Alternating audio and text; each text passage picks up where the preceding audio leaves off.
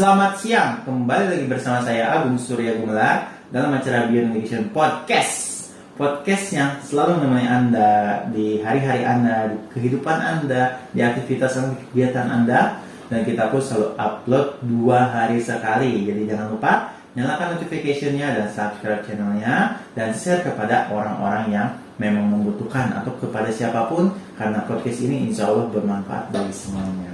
Kita selalu sharing-sharing tentang topik, atau misalnya sharing-sharing bisa juga bertukar pikiran, diskusi tentang topik parenting, coaching, dan motivating. Dan ada juga topik pendidikan yang biasanya kita sharing juga. Dan ada juga topik Q&A yang sekarang lagi sepi. Ya, nggak apa-apa sih. Jadi kalau misalnya belum ada yang ditanyakan, ya silakan, jangan ditanyakan dulu.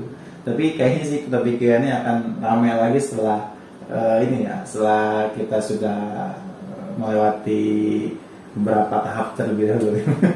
Seperti yang sebelumnya gitu ya. Nanti kita akan lebih digencarkan lagi untuk topik Q&A. Jadi silakan kalau misalnya yang bertanya, karena ini topik ini bentuk pelayanan kami bagi masyarakat melalui situs YouTube gitu kan. Jadi apapun keluhan Anda, apapun masalah Anda, atau misalnya ada yang bisa di-sharingkan dengan kita akan bahas langsung, kita akan diskusikan langsung, dan kita akan memberitahukan kepada kalian banyak jawabannya seperti apa. Jadi kita akan tukar pikiran tentang sharing-sharing permasalahan. Jadi silakan, ini gratis, konsultasi gratis dan pertanyaan gratis, tidak dipungut biaya. Jadi silakan langsung ditanyakan saja, di bawah ada link deskripsinya.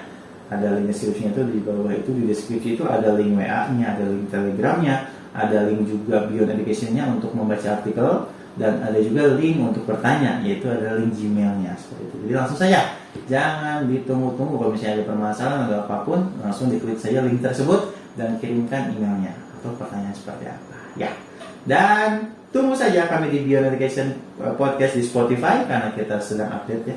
Jadi sedang masa update, insya Allah sebentar lagi, atau misalnya besok launching episode terbarunya di Spotify, di Apple Podcast, di Google Podcast juga.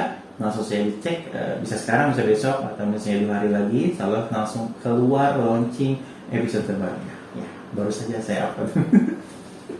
Oke, tanpa basa-basi lagi, siang hari ini bersama dengan Pak Doni. Halo teman-teman semuanya, gimana Gong? Siang gimana? Siang sekarang, bukan pagi ya. Aktivitas apa di pagi hari siang hari, Pak?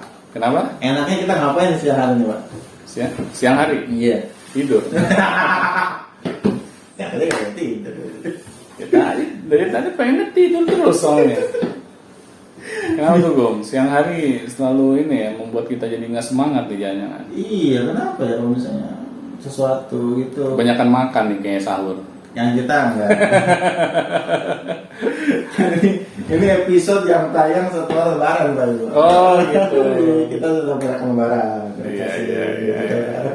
Nah, sepertinya kalau misalnya kita berbicara masalah aktivitas nih, Pak. Iya. Ada sih orang-orang yang memang dia punya mimpi ya. Aku kan ngeliat tuh biografi orang sukses gitu. Kalau kita pengen tahu orang sukses itu kenapa sukses, kita harus tahu dong aktivitasnya. Iya. Jadi penasaran nih, misalnya orang sukses itu ngapain aja sih aktivitasnya gitu. Dan ternyata pas aku baca-baca biografinya, nyari di Google, nyari di referensi yang lain gitu kan, didapat bahwa aktivitas mereka itu aktivitas yang sebenarnya bisa kita lakukan juga. Pastinya kan sama-sama manusia gitu. Jadi aku kira kan kalau misalnya ada sih beberapa aktivitas yang nggak di luar nalar gitu, kayak misalnya bisa menghilang juga. Dia bisa baca buku selama 20 jam baca buku. Oh gitu. Ada yang 12 jam. Iya. Tapi kan kita kayaknya kalau baca buku selama itu kita juga puyeng juga gitu, Pak. Iya, jenuh lah. Tapi kenapa orang sukses ini bisa? Jadi kalau kita mau sukses, apa sih yang harus kita atur dalam aktivitas kita, Pak? Kira-kira. Ya kalau saya pribadi ya, sama yang tadi aku bilang, saya juga pernah membaca biografi tentang orang-orang yang sukses ya. Kebanyakan dari mereka tuh memiliki fokus di dalam kehidupannya, yaitu fokus di dalam hal-hal yang mereka bisa kerjakan.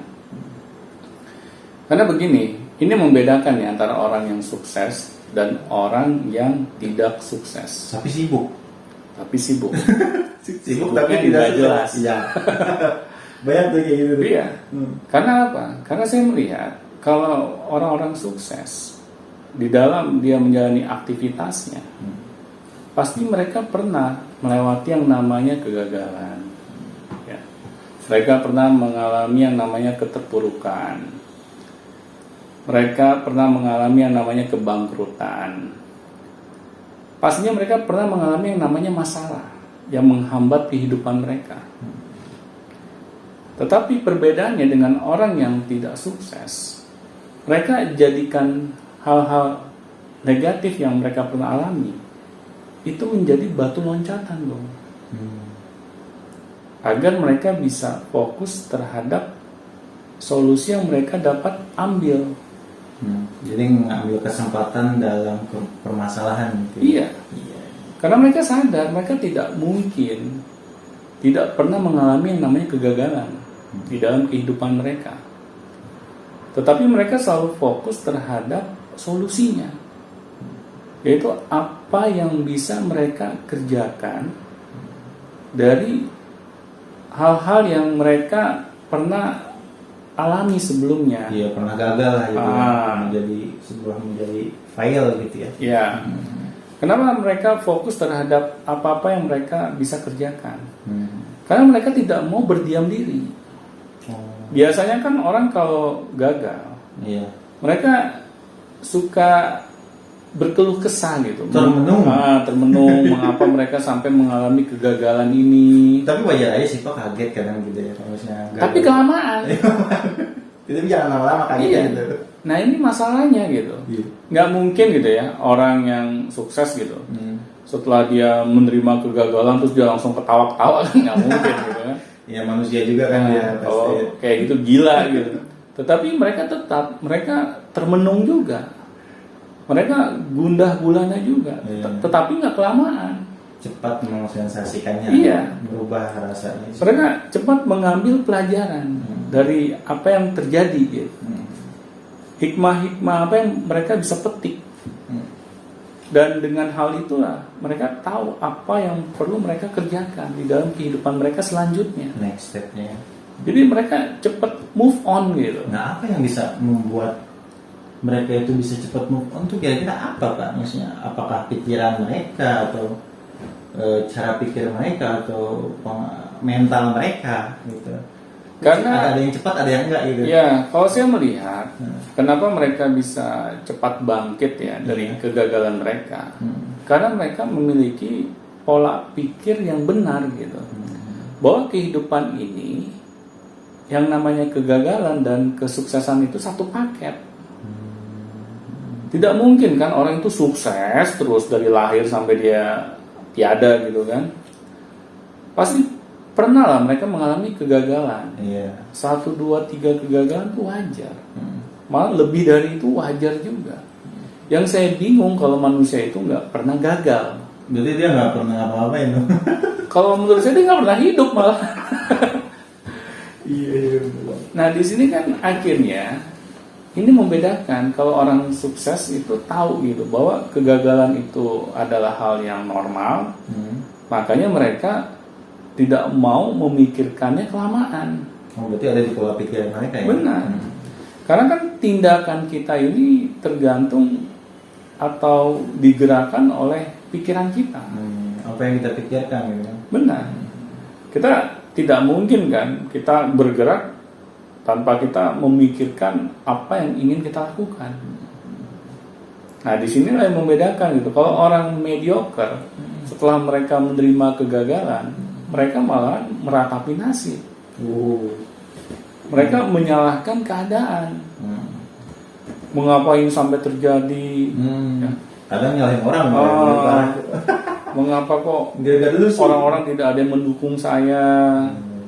Kenapa nasib saya kok belangsak seperti ini? Mengapa orang-orang bisa sukses, saya enggak? Jadi selalu dia maunya menyalahkan lingkungan, orang lain. Termenungnya lama ya. Iya. Dia akhirnya sulit untuk move on gitu. Karena kan orang yang gampang move on itu kalau dia selalu berpikir hal-hal yang positif. Dia menerima nih kegagalan di dalam kehidupannya dia. Dia langsung pikirkan apa nih solusi dari kegagalan yang dia dapat petik gitu. Nah akhirnya kan ketika dia menemukan solusinya, meskipun itu bukan solusi yang final ya, dia sudah langsung action. Dia mau mengeksekusi dari solusi-solusi yang dia dapatkan dalam pembelajaran kegagalan yang dia alami. Nah, tetapi kan kalau kita tidak memiliki pola pikir yang seperti itu, akhirnya sudah. Iya. Kita terbenam gitu di dalam kegagalan kita, Bung. Dia kadang-kadang termenungnya itu oleh yang lama banget gitu ya. Bisa sampai dia itu membuat dia malah run dari permasalahan. Iya, Kadang banyak yang seperti itu. Jadi, iya sih memang apa yang bisa kita kerjakan, fokus yang bisa kita apa yang kita bisa kerjakan itu memang penting banget sebenarnya. Iya. Karena ketika seperti itu yang bisa menolong hanya itu. Benar. Gitu kalau misalnya kita bingung nih, aduh udah gagal nih mau ngapain lagi gitu. Karena begitu ya. Kita ya, kalau misalnya udah gagal ya, misalnya, Benar. udah gagal jauh jualan mau ngapain gitu, bingung gitu. Iya, akhirnya kita berhenti, kita menyerah, kita bilang kita nggak berbakat. Padahal kita baru nyobanya sekali. Nah di sini kan akhirnya kita malah membuat kehidupan kita ini nggak kemana-mana, kita seperti jalan di tempat. Nah makanya hal-hal yang mengenai pola pikir seperti ini harus diajarkan oleh orang tua kepada anak-anaknya itu sedini mungkin gitu. Orang tua harus mau gitu mengajarkan mengenai pola pikir yang benar itu seperti apa sih gitu kan, agar anak-anak kita ini dibekali gitu oleh pola pikir yang tepat. Karena kalau kita baru belajar pas dewasa, akhirnya kita kesulitan gitu untuk mengubah kebiasaan kita. Apalagi yang tindakan ya. Iya. Karena kan kenapa orang ini ya sukses cepat bangkit? Iya. Karena pola pikir mereka juga cepat memutuskan gitu. Nah, hal itu kan perlu dilatih. Iya, bukan cuman sekali dua kali tuh. Benar. Pasti awalnya mereka juga agak lambat gitu. Nyoba lagi, gagal lagi, lumayan lah, agak meningkat gitu kan. Benar. Ya mengapa sih orang yang memiliki jam terbang yang ini ya, yang tinggi gitu ya, itu dibayar mahal gitu oleh masyarakat. Iya. Karena apa? Karena mereka akan bisa cepat mengambil keputusan gitu di dalam bidang apa saja ya. Nah, tetapi kalau orang yang baru lulus kuliah, terus mereka bekerja, ya mereka sulit untuk mendapatkan gaji yang besar. Karena mereka kan tidak memiliki pengalaman kerja yang panjang gitu. Akhirnya ketika orang-orang yang baru lulus dari bangku kuliah ini, ya mereka